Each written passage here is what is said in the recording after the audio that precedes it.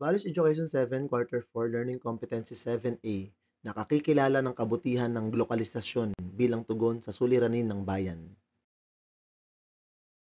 Alam ba ninyo kung bakit halos lahat ng bansa ay may parehong produkto, serbisyo at kultura? Ito ay dahil sa globalisasyon. Ayon sa Cambridge Dictionary, ang globalisasyon ay ang paglawak ng kalakalan sa buong mundo, lalo na sa pamamagitan ng malalaking kumpanya na gumagawa at nagbebenta ng produkto sa maraming bansa. Isa rin itong sitwasyon kung saan ang mga produkto, serbisyo at kultura ay nagiging magkakatulad sa iba't ibang bahagi ng mundo. Halimbawa, sa smartphones. Ang isang cellphone ay maaaring idinisenyo sa United States, ginawa sa China at ibinenta sa iba't ibang bansa. Sa fast food chains naman, ang McDonald's, KFC at Starbucks ay matatagpuan sa maraming bansa at may halos pare-parehong menu. Sa mga pelikula at musika naman, ang mga Hollywood movies tulad ng Avengers ay pinapanood sa buong mundo at ang mga K-pop groups tulad ng BTS ay sikat sa maraming bansa. Dahil sa globalisasyon, nagiging konektado ang iba't ibang bansa sa isa't isa. Kapag naririnig natin ang salitang global, naiisip natin ang mundo. Ang globalisasyon ay tungkol sa pagpapalaganap ng mga produkto at serbisyo sa iba't ibang bansa. Pero paano naman kung may mga produkto o serbisyo na sadyang binabagay para sa isang partikular na lugar? Diyan papasok ang lokalisasyon. Ang lokalisasyon ay tumutukoy sa proseso ng paggawa ng isang produkto o serbisyo upang mas maging angkop sa isang partikular na bansa o lugar. Halimbawa, sa Pilipinas, mahilig tayo sa matatamis na pagkain, kung kaya ang spaghetti na ino-offer ng Jollibee ay matamis. Isa pang halimbawa ay ang pagbebenta ng malalaking tabo at timba sa mga palengke. Sa ibang lugar, mas uso ang paggamit ng shower. Pero sa Pilipinas, madalas gumagamit tayo ng timba at tabo sa banyo. Kahit nga sa mga mall, laging may malalaking timba at tabo na binibenta kasi ito ay kinakailangan natin. Sa ibang bansa, bihira ang fast food chain na may extra rice option. Pero sa Pilipinas, halos lahat ng fast food tulad ng Jollibee, Mang Inasal at Chowking may extra rice dahil mahilig tayo sa kanin. Ano ang dapat nating matutuhan dito? Ang lokalisasyon ay ang pagsasaayos ng produkto o serbisyo batay sa kultura, wika o panlasa ng isang lugar gamit ang mga likas na kinagawian ng mga tao doon. Walang dayuhang impluensya, sariling produkto at ideya mula sa lokal na komunidad. Sa pamamagitan ng lokalisasyon, nagiging mas angkop at mas kapaki-pakinabang ang mga produkto at serbisyo para sa isang partikular na bansa. Kung ang globalisasyon ay tungkol sa pagpapalaganap ng mga produkto at serbisyo sa buong mundo, ang lokalisasyon naman ay tungkol sa paggawa ng mga bagay na nakatuon sa pangangailangan at kultura ng isang partikular na lugar. Paano naman kung pagsamahin natin ang dalawa?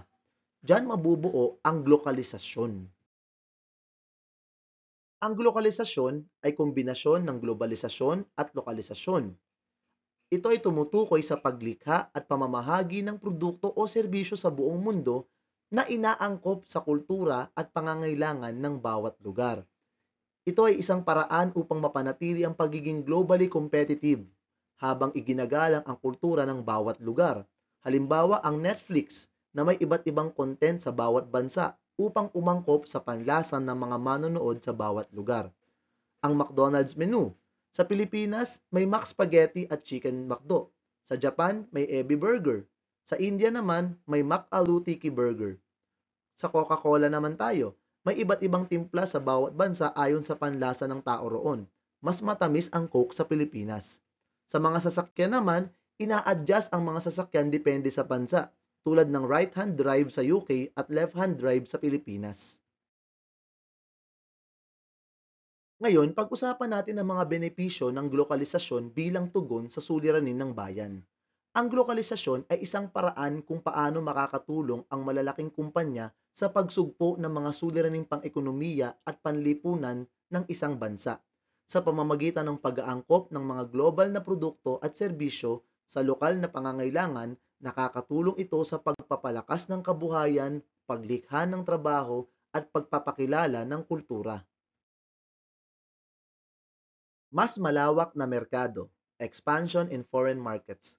Kapag ang isang dayuhang kumpanya ay pumapasok sa isang bansa, Angkop na iayon nila ang kanilang produkto sa panlasa at pangangailangan ng mga mamimili. Sa ganitong paraan, hindi lamang lumalawak ang negosyo, kundi naipapakilala rin ang ibang kultura sa lokal na pamayanan. Halimbawa, ang Jollibee sa ibang bansa. Ang Jollibee ay isang global na brand pero nag-a-adjust ng menu sa iba't ibang bansa. Sa Middle East, nagdadagdag sila ng spicy chicken meals dahil mahilig sa maanghang ang mga tao roon. Ang McDonald's Philippines naman, sa ibang bansa, hindi karaniwang bahagi ng menu ang kanin. Pero dahil staple food ito sa Pilipinas, nagkakaroon ng McDo Chicken and Rice. Paano ito nakakatulong sa bayan? Lumilikha ito ng oportunidad para sa mga lokal na negosyo upang makipagtulungan sa malalaking kumpanya. Halimbawa, ang mga supplier ng bigas para sa fast food chain sa Pilipinas ay lokal na magsasaka, kaya lumalakas ang kanilang kita. Mas mataas na benta at kita o increased sales and revenue.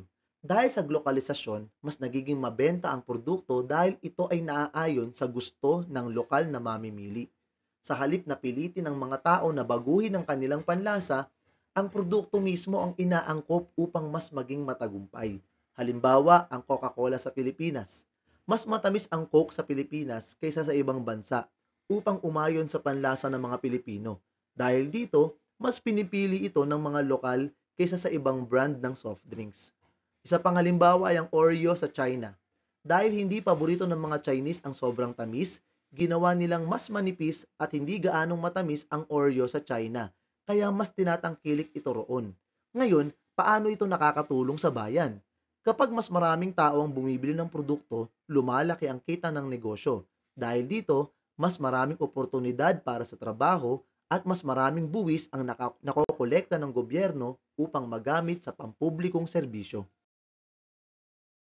Pagkilala sa brand sa buong mundo o worldwide brand recognition.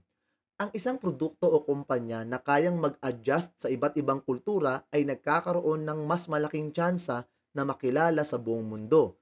Ang tagumpay nito sa isang bansa ay nakakatulong upang lumawak pa ito sa iba pang lugar.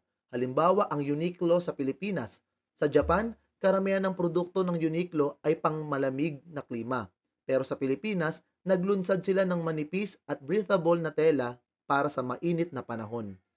Ang Samsung at Xiaomi. Sa Pilipinas, naglabas sila ng budget-friendly smartphones dahil mas maraming tao ang naghahanap ng abot-kayang gadgets.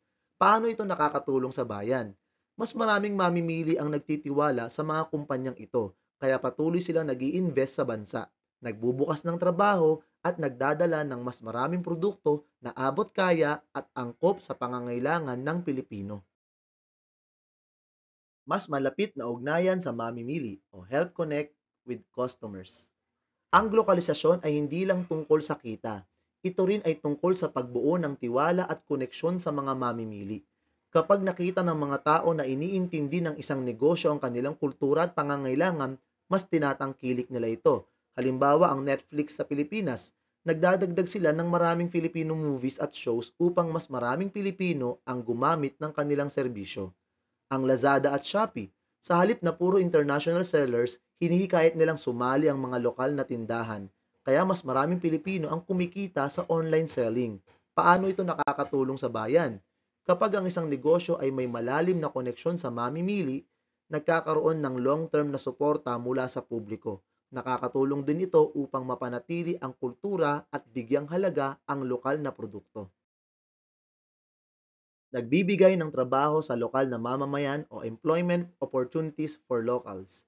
Isa sa pinakamalaking benepisyo ng glokalisasyon ay ang paglikha ng trabaho para sa mga lokal. Hindi lang produkto ang dinadala ng mga kumpanyang ito, nagdadala rin sila ng oportunidad sa mga tao upang magkaroon ng kabuhayan. Halimbawa, ang Toyota Philippines. Sa halip na ini-import lahat ng sasakyan, may sariling assembly plant ang Toyota sa Pilipinas, kaya maraming Pilipino ang may trabaho. Isa pang halimbawa ay mga call centers at BPO companies. Maraming international companies tulad ng Concentrix at Accenture ang nagbukas ng call centers dito dahil magaling sa English ang mga Pilipino. Paano ito nakakatulong sa bayan?